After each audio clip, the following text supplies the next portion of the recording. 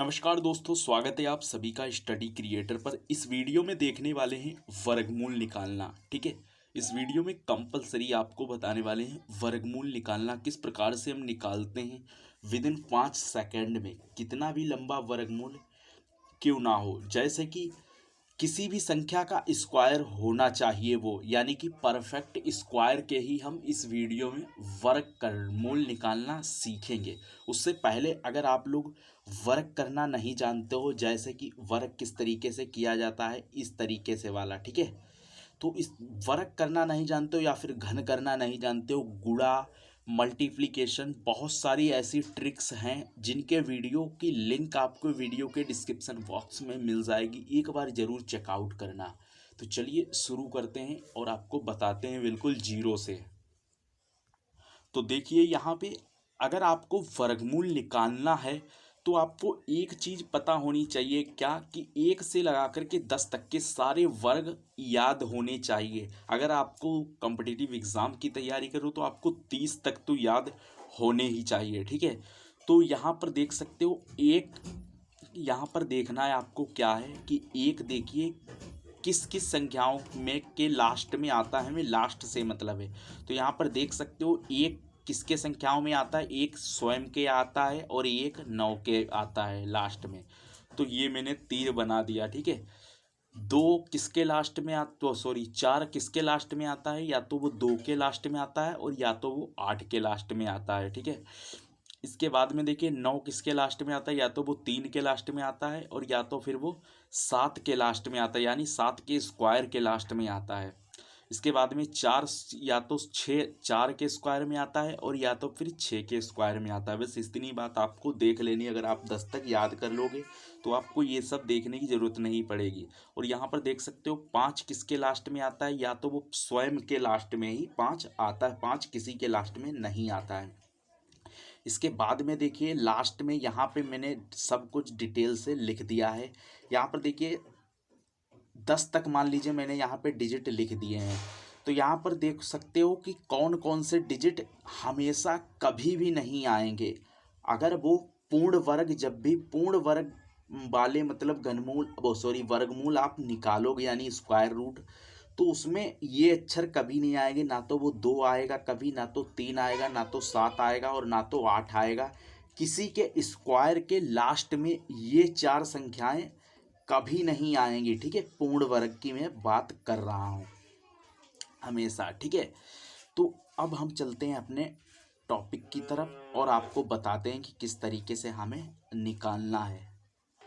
उससे पहले आपको एक बात और मैं यहाँ पे बता देता हूँ। देखिए ये मैंने 2 पॉइंट यहाँ पे लिख के रखे हुए हैं। देखिए जब हम कभी भी 1 से लगा कर के 316 तक के हम जब भी स्क्वायर का, मान लीजिए हम स्क्वायर के ही तो घनमूल निकाल रहे हैं, तो आपको याद रखना है कि 316 तक के घन मतलब 316, जैसे कि किसी का वर्गमूल आता है 316, तो उसको जो उसके जो जितने भी डिजिट मतलब आएंगे तो वो 5 डिजिट में ही आएगा। ठीक है, 5 डिजिट। मान लीजिए जैसे कि ये 316 लिखा हुआ है, तो मान लीजिए मैंने किसी भी संख्या का घनमूल निकालना है, जैसे 1 2 3 4 5। अब ये 5 डिजिट की संख्या है। ठीक है, 5 डिजिट की जब भी संख्या का आप वर्गमूल निकालोगे तो वो 316 से लगा करके 1, इसके बीच में ही संख्या आएगी। ये बात आपको याद रखनी है।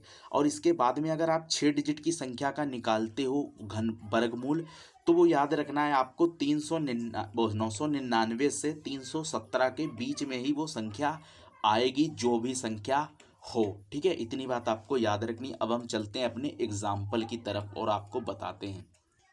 तो यहाँ पर देख सकते हो मैंने एक एग्जाम्पल को यहाँ पे लिख दिया है। अब मुझे ये क्या है, परफेक्ट स्क्वायर है। ठीक है, ये परफेक्ट स्क्वायर है, यानी ये किसी का वर्ग होगा ही कंपलसरी। ठीक है, तो ये किसी का वर्ग होगा ही। तो अब हमें ये निकालना है। अब आपको करना क्या है, 3 स्टेप में ये सब कंप्लीट हो जाता है। यहाँ पर देखो लास्ट के हमें इसमें 2 जोड़े ही बनाने पड़ते हैं। ठीक है, 2 जोड़े बना लेने हैं। एक ये जोड़ा हो गया और एक ये जोड़ा हो गया। यहाँ पे 0 1 है। ठीक है, तो अब यहाँ पर देखना है 1 एक किसके लास्ट में आता है, मैंने अभी आपको बताया हुआ था, या तो वो 1 के स्क्वायर में 1 आएगा और या तो वो 9 के स्क्वायर में 1 आएगा। ठीक है, इन दोनों में से 1 के स्क्वायर में आएगा।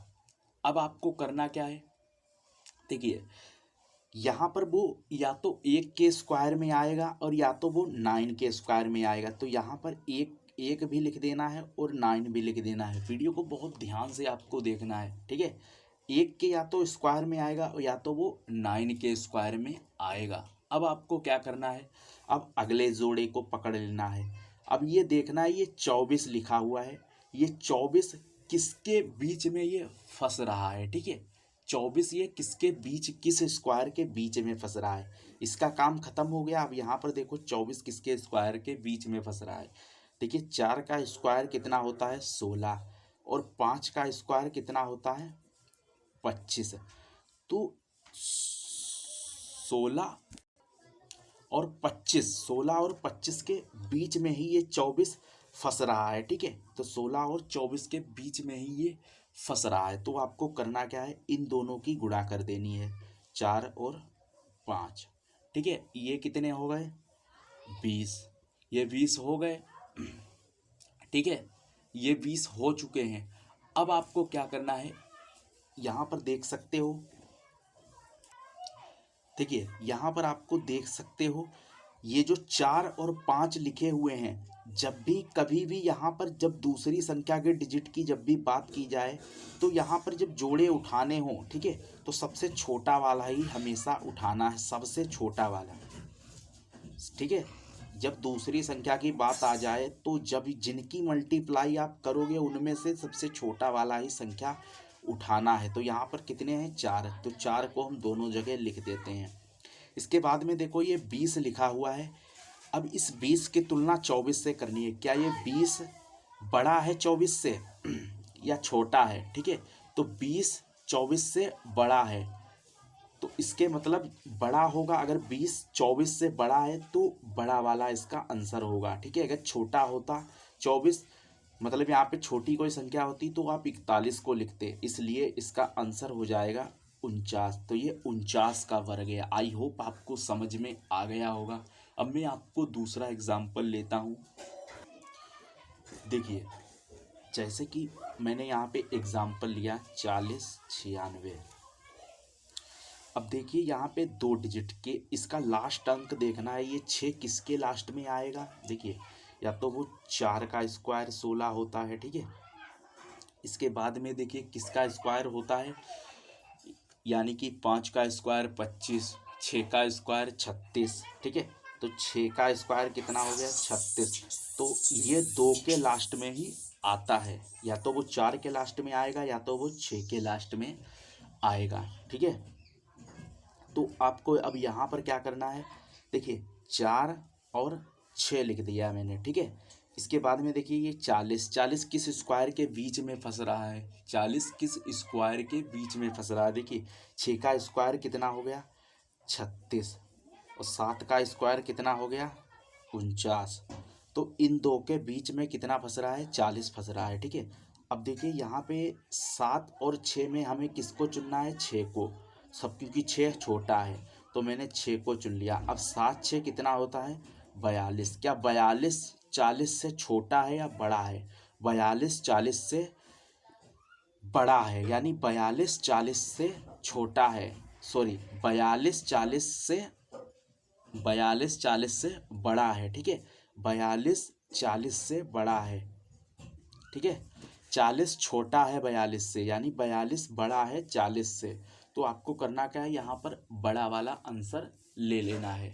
ठीक है, तो आपका यहाँ पे आंसर आ चुका है कितना 66। सॉरी यहाँ पर एक मिस्टेक हो चुकी है। देखिए थोड़ी सी जानकारी गलती सबसे हो जाती है। यहाँ पे देखिए ये जो लिखा हुआ है 42 और 40। ठीक है, क्या 42 ये जो यहाँ पे देखिए 6 और 7 ये कितना है 42। ठीक है, क्या 42 से 40 छोटा है, हाँ। ठीक है, क्या 42 40 से सॉरी क्या 42 40 से छोटा है, 40 छोटा है, इसलिए छोटा वाला आंसर लेंगे। ठीक है, तो यहाँ पर इसका आंसर जो है वो आ जाएगा 64। ठीक है, थोड़ी सी मिस्टेक हो गई थी, बाकी सब कुछ ठीक है। ठीक है, इसके बाद में हम देखते हैं आपको। अब मैं आपको यहाँ पे एक एग्ज़ाम्पल आपको बता देता हूँ, इसका आपको आंसर कमेंट बॉक्स में बताना है। ठीक है, बाकी सब कुछ ठीक है, आपको इसका आंसर कमेंट बॉक्स में बताना। ये एक परफेक्ट स्क्वायर है। ठीक है, तो आई होप वीडियो पसंद आए तो एक लाइक ज़रूर कर देना, चैनल पर नए हो तो सब्सक्राइब जरूर कर लेना।